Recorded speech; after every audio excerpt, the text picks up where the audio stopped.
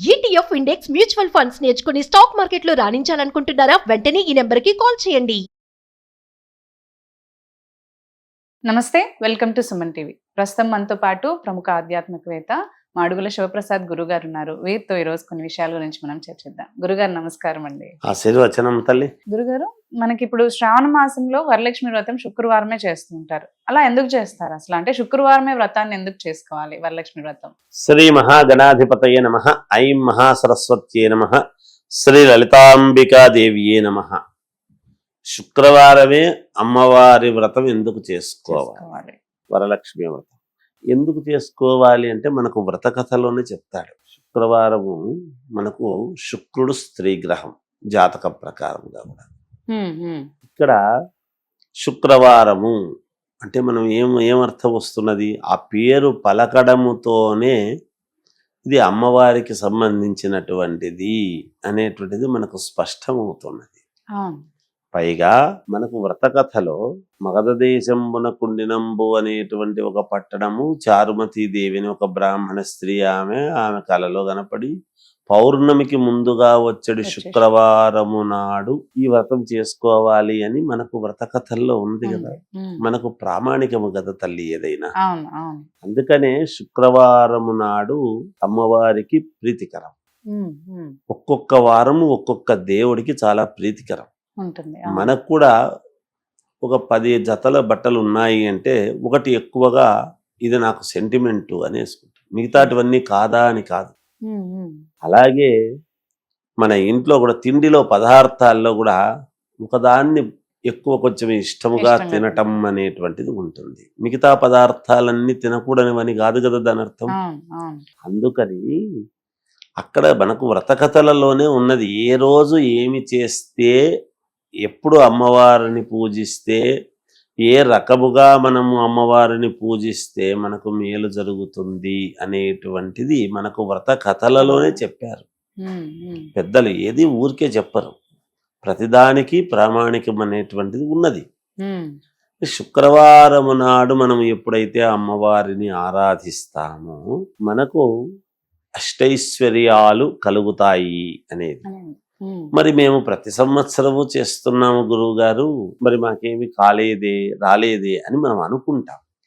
అంటే మనకు మానవ జీవితం ఏమైందంటే అమ్మ, ఒక శుక్రవారం చేయంగానే వెంటనే శనివారం నాడు మనకు ఎక్కడ లేని కుప్పలుగా డబ్బు రావాలి అని అనుకుంటాం సహజంగా. అలా అనుకున్నప్పుడు మరి నేను చేసాం రాలేదే, లేదా ప్రతి సంవత్సరం చేస్తున్నాం రాలేదే అని అనుకుంటాం. కాదు, విత్తం అంటే ఏమిటి? విత్తం అంటే ఐశ్వర్యం. ఐశ్వర్యం అంటే ఏమిటి? డబ్బు మాత్రమే కాదు. అందుకనే అమ్మవారు ఎక్కడెక్కడ ఏ స్థానాల్లో ఉంటుంది అని చెప్పారు అంటే పూలల్లో, పాలల్లో, ధాన్య రాసుల్లో చూడండి. అందుకే ఇంట్లో ధాన్యం ఎప్పుడూ కూడా, ధాన్యం అంటే ఏమిటి అంటే బియ్యం, కందిపప్పు, ఇవన్నీ కూడా నిండుకున్నాయి అనేటువంటి పదము రాకూడదు.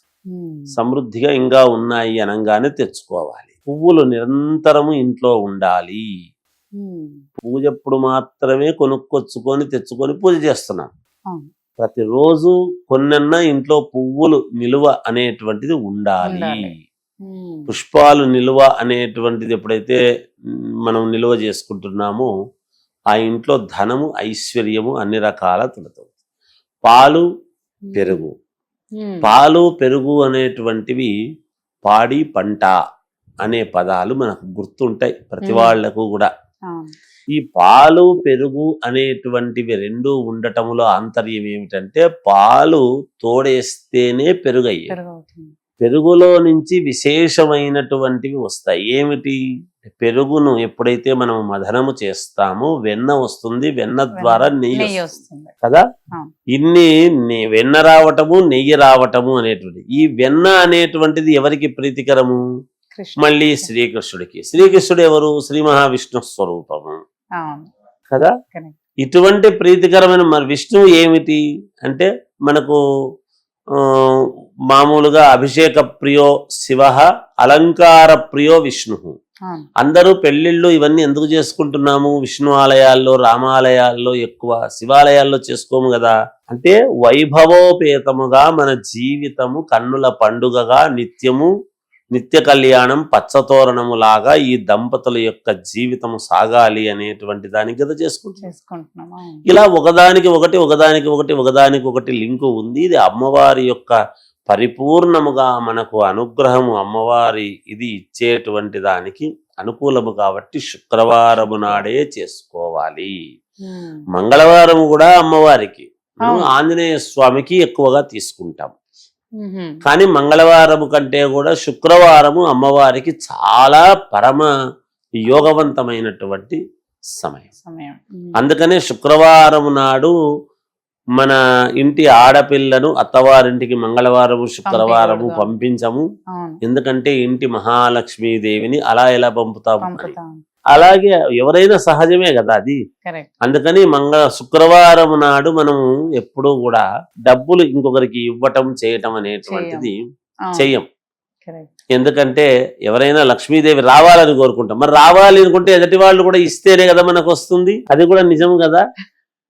వాళ్ళు కూడా ఇవ్వరుగా, ఇవ్వద్దంటే మరి వాళ్ళు ఎందుకు ఇస్తారు?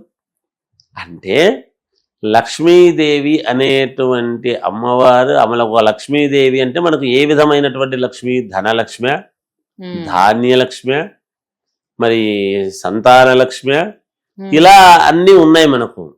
అన్నీ లక్ష్మి లక్ష్మి లక్ష్మి అని మనం ముందు చేరుస్తున్నాం. ధాన్యంలోను, ధనములోను, ఐశ్వర్యములోను, సంతానములోను, ఏ రూపకంగా గృహలక్ష్మి, గృహరూపేణ, భూమి అనుకుంటే కూడా భూమహాలక్ష్మి అని అంటాం. దేనికైనా మనం లక్ష్మీదేవితో మనం అంటాం.